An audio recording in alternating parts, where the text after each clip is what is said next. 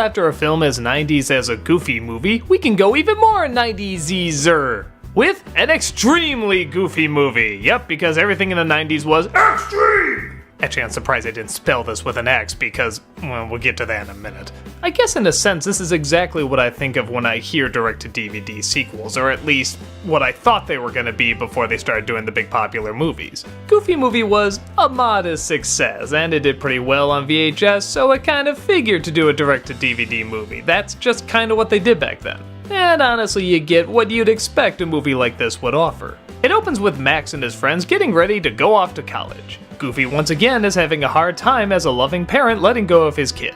To its credit, while it is cramming a lot of the cool stuff at the time in your face, it does take some time to actually be a little emotionally considerate.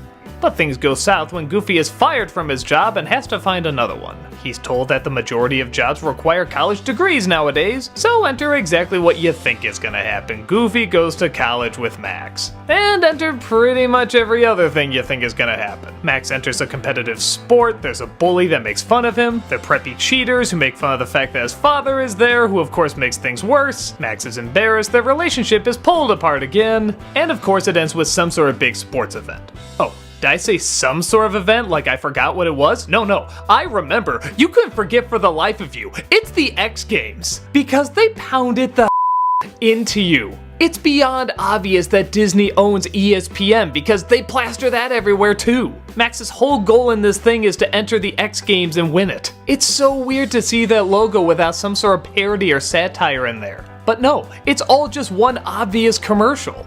It's really weird. So okay, the story is about as recycled as it can get. Is there anything good in it? Yeah, there's a couple things.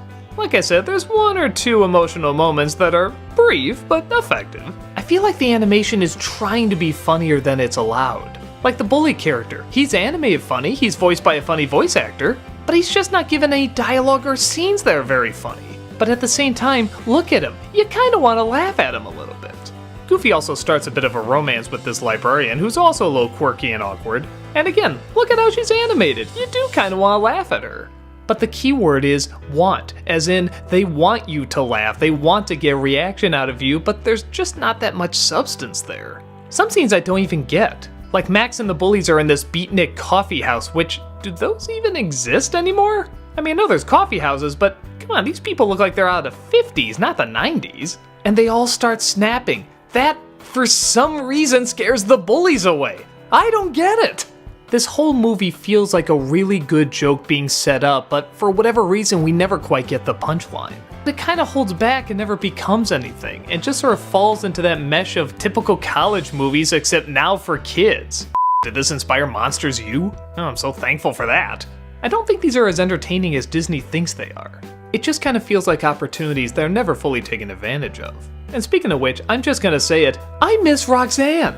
I mean, I know high school, going to different colleges, puppy love, separation, all that stuff, but I'm sorry, they were a really cute couple. Couldn't the movie have been about that? Maybe about them breaking up or deciding whether or not they wanted to stay together or going to different schools? You know, actual interesting stuff, stuff that some kids may need to know when going to college.